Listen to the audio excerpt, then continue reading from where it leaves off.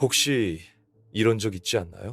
분명 아니요라고 말하고 싶었는데 결국 괜찮아요라며 웃으며 넘긴 순간 어떤 자리를 떠났는데 몸은 멀쩡한데 속은 이유 없이 탈진해 있었던 날. 아무리 잘하려고 했어도 왠지 계속 부족하게 느껴졌던 그 기분. 칼 융은 말했어요. 우리가 타인의 기대에만 맞춰 살아갈 때 우리는 자기 영혼과 불화하게 된다고. 이걸 우리는 자기 포기 혹은 자기 내면의 유기라고 불러요. 내 진짜 모습은 점점 작아지고 사람들에게 받아들여지기 위해 만든 가면, 페르소나가 점점 주도권을 가져가기 시작해요. 하지만 언젠가 영혼은 그 대가를 요구하기 시작해요. 그 피로는 단순한 육체적 피곤이 아니에요. 존재의 피로예요. 내가 사는 이 삶이 정말 내 것이 맞나? 이렇게 사는 게 정말 괜찮은 걸까? 그런 질문들이 조용히, 하지만 계속해서 올라오기 시작하죠. 그리고 바로 거기서 모든 것이 바뀌기 시작해요. 오늘 저는 당신을 그 변화의 여정으로 초대하고 싶어요. 왜 우리가 그렇게까지 사람을 만족시키려 애쓰는지, 그 뿌리가 어디에서 시작됐는지, 왜 내 그림자와 마주하지 않으면 진짜 나로 살 수 없는지, 그리고 칼융이 말한 개성화의 길, 기대에 맞춰 사는 게 아니라 나답게 살아가는 길이 무엇인지 함께 들여다볼 거예요. 만약 당신이 준비되었다면 지금부터 당신이 겪게 될 가장 깊고 진정한 해방이 시작됩니다. 사람들의 인정을 받아야만 사랑받을 수 있다는 믿음으로부터 자유로워지는 해방. 그 어떤 역할도 필요 없이 존재만으로도 충분하다는 진실과 다시 연결되는 해방. 이제 당신이 진짜로 누구인지를 만나러 가볼까요? 누군가를 기쁘게 해주고 싶은 마음은 진짜로 착하고 싶은 마음에서 시작되는 게 아니에요.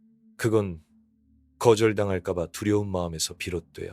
어렸을 때 우리는 아주 빠르게 배웠어요. 어떤 행동은 사랑을 불러오고 어떤 행동은 침묵을 부른다는 걸. 당신도 그런 아이였을 수 있어요. 속마음을 말했을 때 어른들의 목소리 톤이 바뀌는 걸 눈치채던 아이. 속상해도 웃으면서 괜찮아라고 말하던 아이. 민폐가 되지 않으려 감정을 숨기던 아이.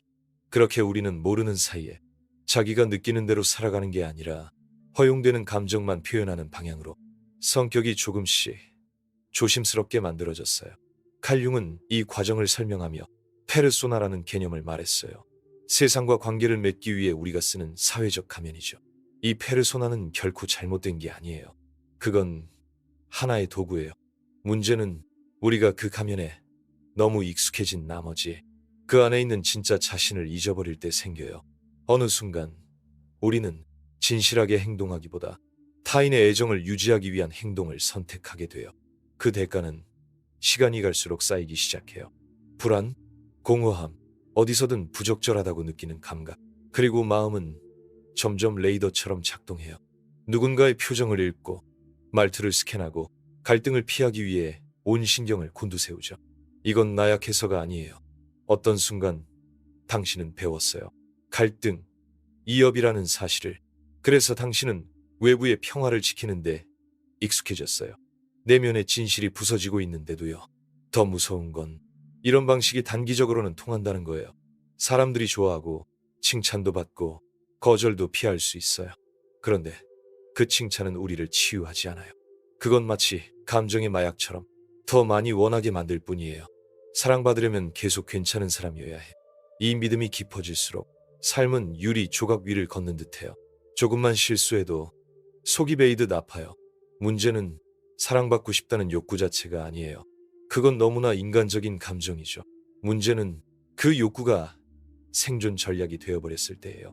어디에든 맞추려 애쓰다 보면 우리는 점점 자기 중심에서 멀어져요. 그리고 그 단절은 우리의 생기를 갉아먹어요. 겉으론 다 괜찮은 것 같아도 속에선 늘 무언가가 빠져있는 기분. 그건 무의식이 말하고 있는 거예요. 너 자신을 잃었어. 생각해보세요. 싫다고 말했을 때 죄책감을 느낀 적 몇 번이나 있었나요?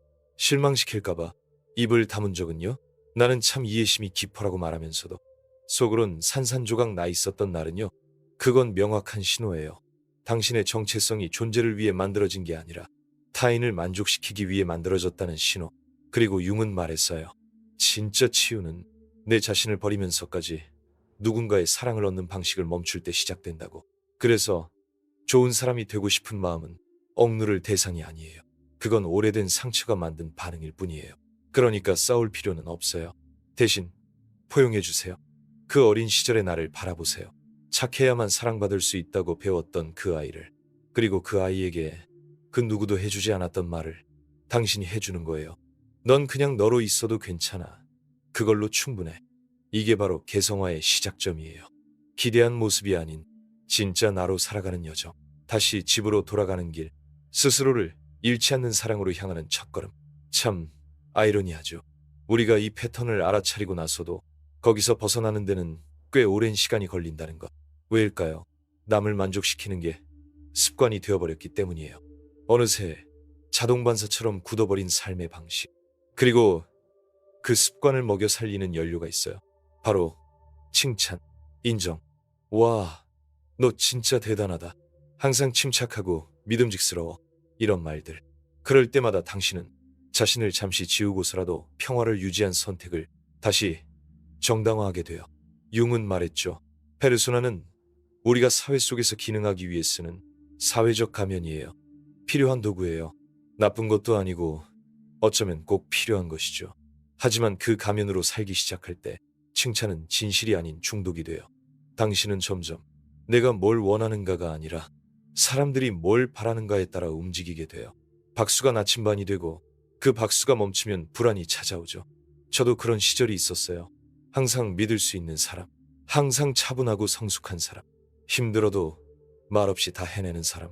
그게 제 이미지였고 그 이미지로 칭찬도 많이 받았어요. 그런데 어느 순간 속은 텅 비어 있었어요. 왜냐하면 그건 친절해서가 아니라 이젠 그만 이라고 말하는 법을 몰라서였거든요. 영혼이 도와달라고 외칠 때 이메일로 신호를 보내지 않아요. 그건 몸과 마음이 아파지면서 나타나요. 어느 시점에서 저는 제 삶이 타인의 인정에 의존하고 있다는 사실을 깨달았어요. 좋은 사람, 괜찮은 사람으로 보이기 위해 모든 걸 맞추고 있었죠. 그런데 정작 저 자신과 함께 있는 시간은 전혀 편하지 않았어요. 그때 아주 아픈 깨달음이 왔어요. 세상이 다 박수쳐도 혼자 남겨진 무대 뒤에서 내가 공허하다면 그 박수는 울림이 아니라 소음일 뿐이에요. 칭찬은 내 안의 진실과 만날 때만 의미가 있어요. 그렇지 않으면 그건 더 깊은 공허를 감추는 배경음일 뿐이죠. 페르소나의 함정은 바로 여기 있어요. 그건 우리를 보호해주지만 우리의 가능성도 제한해요. 점점 우리는 편집된 버전의 나로 살아가게 돼요. 친절하고 효율적이고 보기 좋은 캐릭터. 그런데 그 대가는 크죠. 자발성이 사라져요. 자발성이 없는 곳엔 감정의 자유도 없고 진짜 진심도 없어요. 그저 반복될 뿐이에요. 하루하루를 연기하듯 살아가는 반복. 융은 말했어요. 그 가면을 벗고 싶다는 피로감이 찾아왔을 때 그 위기가 곧 성스러운 시작이라고. 그게 바로 개성화의 출발점이에요. 당신의 가치가 더 이상 타인의 거울 속에서 결정되지 않는 삶. 하지만 그 전환점을 건너기 위해선 용기가 필요해요. 그리고 때로는 가면을 벗어도 괜찮은 안전한 공간이 필요해요. 그래서 우리가 멘토링을 만들었어요. 이곳은 당신이 계속 맞추지 않아도 되는 공간이에요. 아니요라고 말할 수 있는 자리, 실수해도 괜찮은 공간, 완벽하지 않아도 괜찮은 진짜 나를 찾아가는 여정. 만약 이 글이 당신 안에 어떤 울림을 건드렸다면 설명에 있는 내용을 확인해 보세요. 이걸 통해 당신은 이미지로 사는 삶에서 진실로 살아가는 삶으로 조용히 하지만 단단하게 걸음을 옮기게 될 거예요. 마지막으로 하나의 질문을 남기고 싶어요. 당신은 지금 자신의 어떤 부분을 감추며 살아가고 있나요? 단지 받아들여지기 위해. 어쩌면 당신이 그토록 바라는 진짜 삶은 그 질문 너머에 있을지도 몰라요. 그리고 바로 여기가 이 여정에서 가장 마주하기 어려운 지점이에요. 왜냐하면 겉보기엔 남을 기쁘게 하는 삶이 무해하고 따뜻해 보일 수 있지만 그 선택에는 아주 은밀한 대가가 숨어 있어요. 서서히 조용히 쌓여가는 비용. 그러다 어느 날 당신은 더 이상 자신이 느끼는 게 슬픔인지 피로인지 아니면 너무 오랫동안 역할을 연기해온 무게인지도 모르게 돼요. 남을 위해 사는 삶은 처음엔 가벼운 선택처럼 보여요. 하지만 실제로는 만성적인 자기 포기의 형태예요. 당신은 자신의 욕구를, 감정을, 쉬어야 할 순간들을 늘 나중에로 미뤄요. 그런데 그 나중에는 결코 오지 않아요. 당신의 우선순위는 언제나 타인의 필요가 되고 당신 자신의 외침은 점점 속삭임조차 되지 못해요. 겉으론 웃고 있지만 속에서는 조용히 무너지고 있어요. 이런 방식은 자존감을 천천히 바깥 가장자리부터 갉아먹어요. 어느 순간 당신은 자신의 감각을 의심하게 돼요. 내가 이걸 정말 원하는 걸까? 이렇게 말하면 싫어할까? 침묵조차 계산적으로 사용되기 시작하죠. 이건 말하지 말자. 분위기 망치면 안 되니까. 그 순간부터 당신의 영혼은 숨이 막히기 시작해요. 저도 그런 시기를 살았어요. 거절이 너무 어렵고 싫어라고 말하면 곧장 죄책감이 덮쳐왔어요. 그래서 결국 하고 싶지 않은 부탁에도 응, 괜찮아 라고 대답하곤 했어요. 하지만 깨달았어요. 남에게 억지로 한 예스는 나에게 하는 아니오였다는 걸. 그 인식이 저를 완전히 흔들어 놨어요. 그렇게 살다 보면 당신은 기능하는 존재가 되지만 감정적으로는 부재한 존재가 돼요. 그 자리에 있고 일도 해내고 웃고 모든 걸 잘하고 있지만 당신 자신은 그 자리에 없어요. 그리고 더 무서운 건 그게 인생이 그런 거라고 믿게 된다는 거예요. 끊임없는 양보와 참음을 성숙함이라고 착각하게 되는 거죠. 칼 융은 말했어요. 그림자와 마주하지 않고는 어떤 치유도 일어나지 않는다고. 그리고 여기서의 그림자는 진짜 나로 살면 버림받을 거야 라는 깊은 두려움이에요. 그 두려움은 우리에게 얕은 관계를 선택하게 만들고 조심스러운 말만 고르게 만들고 결국 내 진심과는 먼 결정을 내리게 해요. 그 결과는 관계 속의 고립이에요. 당신은 보이지만 인식되지 않아요. 사람들 곁에 있지만 누구도 진짜 당신을 만나지 못해요. 그렇게 살아갈수록 당신은 자신에게서 멀어져요. 그리고 그 거리감이 가장 깊은 외로움을 만들어내요. 사람이 없어서 외로운 게 아니에요. 내 안에 나와 연결되지 않을 때 그 외로움은 더 진하게, 더 묵직하게 다가와요. 내 인생 안에서 내가 낯선 존재처럼 느껴지는 것. 그 피로는 아무리 푹 자도 풀리지 않아요. 혹시 지금 당신이 이 말들을 읽으며 자신을 마주하고 있다면 잠시 숨을 깊게 쉬어보세요. 당신은 더 이상 타인의 인정에 기대어 존재 가치를 증명하며 살아갈 필요 없어요. 왜냐하면 당신을 지워야만 유지되는 사랑은 애초에 사랑이 아니었기 때문이에요. 그건 두려움을 기반으로 맺어진 감정 계약이었어요. 그리고 당신은 그 이상을 받을 자격이 있어요. 당신의 진실이 흔들려도 곁에 남아줄 수 있는 관계. 당신이 거절해도 침묵해도 흔들려도 여전히 연결되는 진짜 관계. 그게 사랑이고 그게 당신이 받을 수 있는 것 중 가장 값진 것이에요. 가장 어렵고도 가장 해방적인 질문이 있어요. 사랑받기 위해 나는 누구를 숨겨야 했을까? 이 질문의 답은 당신이 지금도 가장 통제하려 애쓰는 감정 속에 숨어 있어요. 삼켜버리는 분노, 애써 감추는 슬픔, 피하고만 있는 진실. 융은 이것을 그림자라고 불렀어요. 우리 안에 어두운 면, 감정적으로 살아남기 위해 억눌렀던 모든 것들이 모여있는 자리. 놀랍게도 그림자 안에는 단지 추한 것들만 있는 게 아니에요. 오히려 그 속엔 당신의 자발성, 힘, 성적 에너지, 감정의 깊이 같은 것들이 담겨 있어요. 그저 누군가에겐 그것들이 너무 많다, 버거우다는 판단을 받았던 거죠. 어린 시절 우리는 거절을 견뎌낼 만한 정서적 자원이 없어요. 그래서 어떤 행동이 사랑을 멀어지게 한다는 걸 느끼는 순간 무의식은 이렇게 기록하죠. 이렇게 하면 안 돼. 이렇게 살면 사랑받을 수 없어. 그리고 우리는 사랑을 유지하기 위해 자기 자신을 조각조각 묻기 시작해요. 그 과정이 너무나도 미묘해서 어른이 된 지금 무엇을 억눌렀는지도 모른 채 그저 살면서 어딘가 어긋나 있는 느낌만 계속되는 거예요. 왜냐하면 우리 안에는 여전히 실망시키면 사랑받지 못할 거야 라는 두려움이 자리를 지키고 있기 때문이에요. 저도 그걸 아주 선명하게 느낀 적이 있어요. 겉으로는 언제나 침착하고 이해심 많고 배려 깊은 사람이었어요. 하지만 속에서는 삼킨 분노, 말하지 못한 서운함, 늘 균형 잡힌 사람이어야 한다는 무언의 피로가 쌓여 있었죠. 그러다 어느 날 문득 제 안의 분노가 그림자였다는 걸 깨달았어요. 그리고 그 분노는 단순한 폭력성이 아니라 지켜지지 않은 경계, 무시당한 고통에 대한 정당한 반응이었어요. 그걸 이해한 순간 저는 처음으로 죄책감 없이 느낄 수 있었어요. 놀랍게도 그때 비로소 저는 더 인간다워졌어요. 덜이 아니라 더. 그림자는 적이 아니에요. 문제는 그 안에 뭐가 들어있느냐가 아니라 우리가 그것과 싸우며 사는 방식이에요. 감정을 억누른다고 사라지지 않아요. 그건 다른 방식으로 스며들어요. 몸속에, 관계 속에, 지나친 침묵 속에, 혹은 한순간의 폭발 속에 억압은 결국 증상이 되고 그 증상은 누적돼요. 그래서 그림자와의 통합은 단순한 자기 이해를 넘어서 정신건강, 진실함, 감정적 자유를 위한 일이라고 융은 말했어요. 사람들은 종종 오해하죠. 그림자를 마주하는 일은 차가워지고 단단해지고 이기적이 되는 것이라고.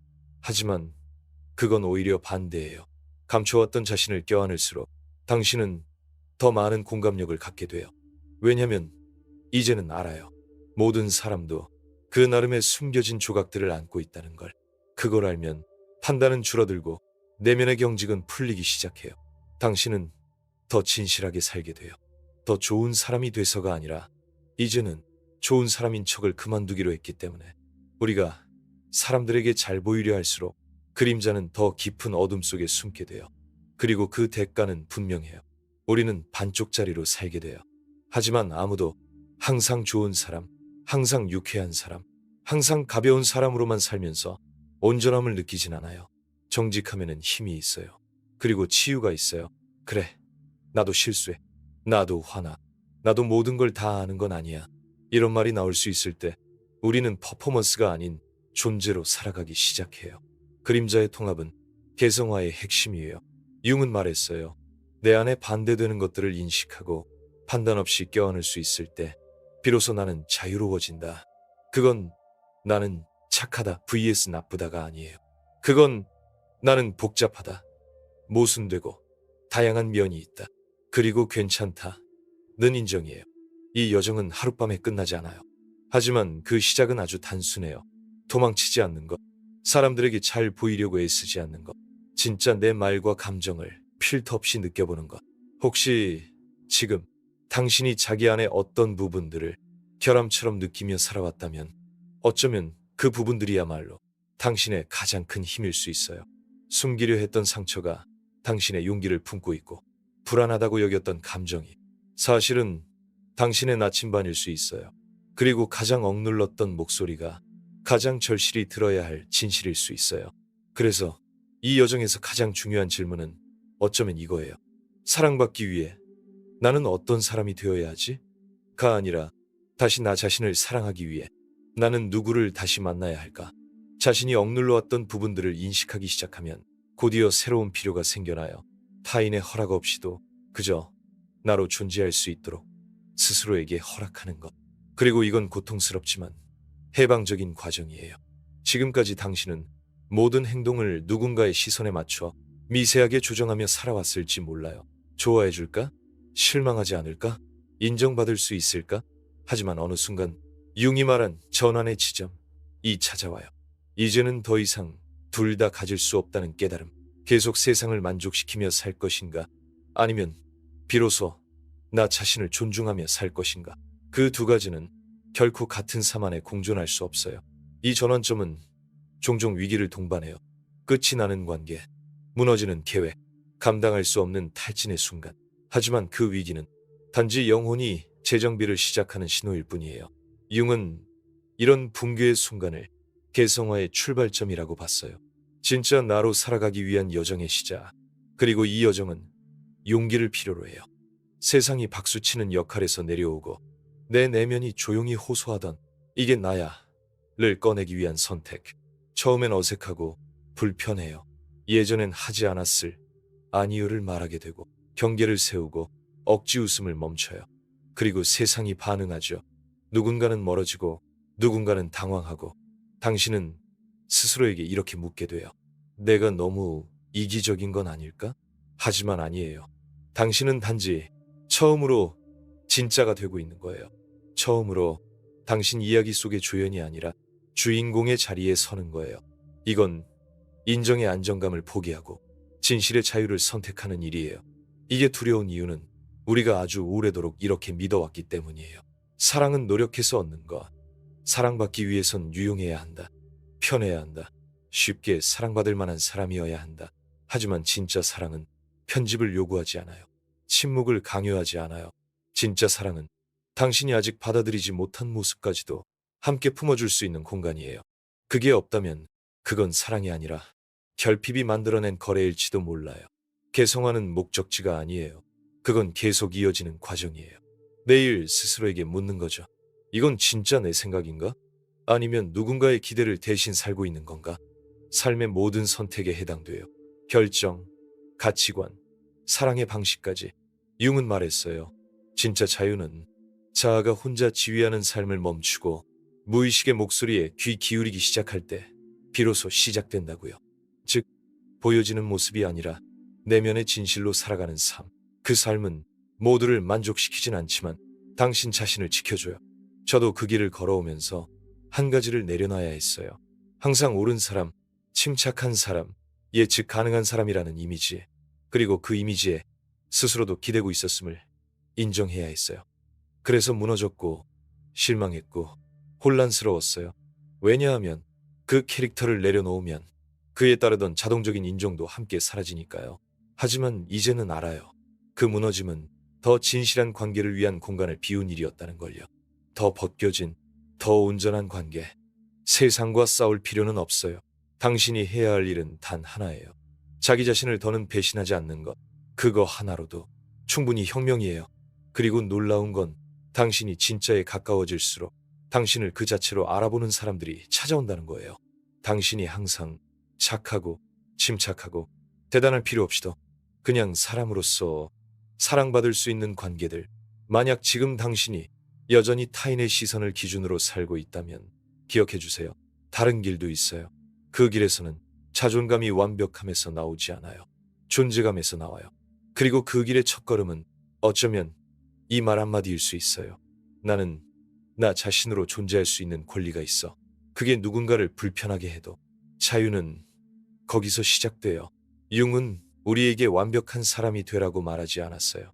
그가 말한 건 단 하나, 온전한 사람이 되라는 것이었어요. 그리고 온전해지는 것은 용기를 필요로 해요. 왜냐하면 그건 세상이 우리에게 감추라고 가르쳐온 것들을 다시 품어야 하는 과정이기 때문이에요. 당신 안에는 빛과 그림자, 강함과 여림, 확신과 혼란이 공존해요. 그리고 이 모든 건 고쳐야 할 문제가 아니라 통합되어야 할 조각들이에요.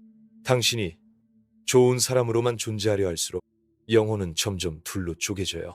하지만 당신이 스스로에게 나는 온전한 존재야 라고 허락하는 순간 판단은 힘을 잃고 자유가 시작돼요. 그리고 이 자유는 세상을 약간 불편하게 만들어요. 왜냐하면 세상은 여전히 편집된 인간, 침묵하는 사람, 맞춰주는 사람에 익숙하니까요. 당신이 진심으로 말하고 당신이 경계를 세우고 당신이 드러나는 순간 누군가는 실망해요. 불편해해요. 하지만 그때 알게 돼요. 진정성의 대가는 당신을 조종하던 기대의 좌절감이라는 것. 그리고 괜찮아요. 당신은 누구의 감정 조절 장치로 태어난 게 아니에요. 당신의 역할은 자신의 내면 앞에서 당당히 서 있는 것. 누군가가 당신을 지워야만 사랑해줬다면 그건 사랑이 아니었어요. 그건 당신이 비워져야만 유지되는 관계였고 그 비움은 더 이상 당신이 짊어져야 할 짐이 아니에요. 당신이 지금 이 순간 무엇을 느끼고 있는지는 제가 알 수 없어요. 모든 사람을 만족시키지 못한 죄책감, 있는 그대로의 나를 보여주는 것에 대한 두려움, 어쩌면 둘 다. 하지만 저도 그 무대에서 내려온 사람이기에 한 가지는 확실히 말할 수 있어요. 더 이상 당신을 맞추지 않아도 괜찮아요. 진짜 변화는 당신이 이렇게 인정하는 순간 시작돼요. 나는 내 온전함을 타인의 인정보다 소중하게 여긴다. 융은 말했어요. 우리가 자신 안의 어떤 부분을 부정할 때 그것은 결국 우리를 향해 반격한다고. 그건 욕구일 수도, 감정일 수도, 경계일 수도, 정체성일 수도 있어요. 사람을 만족시키는 삶은 끊임없는 부정의 연속이에요. 그리고 그 부정은 불안이 되고 불면이 되고 깊은 공허가 돼요. 하지만 좋은 소식은 돌아가는 길은 언제나 열려 있다는 것. 거울 앞에 서서 이렇게 말하는 것에서 시작돼요. 오늘 나는 누군가가 원하는 내가 아니라 진짜 나로 살기로 선택한다. 혹시 지금까지의 이야기 속에서 당신이 자신을 조금이라도 본 적이 있다면 당신은 혼자가 아니에요. 많은 사람들이 조건 없이 사랑받는 법을 다시 배우고 싶어 해요. 그래서 우리가 멘토링을 만들었어요. 사람을 더 잘 맞추는 방법을 가르치기 위해서가 아니라 그걸 그만둘 수 있도록 돕기 위해서요. 진실하게, 존재로, 감정적 용기로 살아가는 삶. 만약 그 부름이 지금 당신 안에서 울렸다면 자세한 내용은 설명에 있어요. 저는 그 자리에 당신을 기다리고 있을게요. 마지막으로 이 질문을 조용히 남길게요. 만약 괜찮은 사람이 되려는 걸 멈춘다면 나는 어떤 사람이 될 수 있을까? 그 답은 지금까지의 삶에서 가장 자유로운 당신일 수 있어요. 그리고 그 당신은 존재할 자격이 있어요.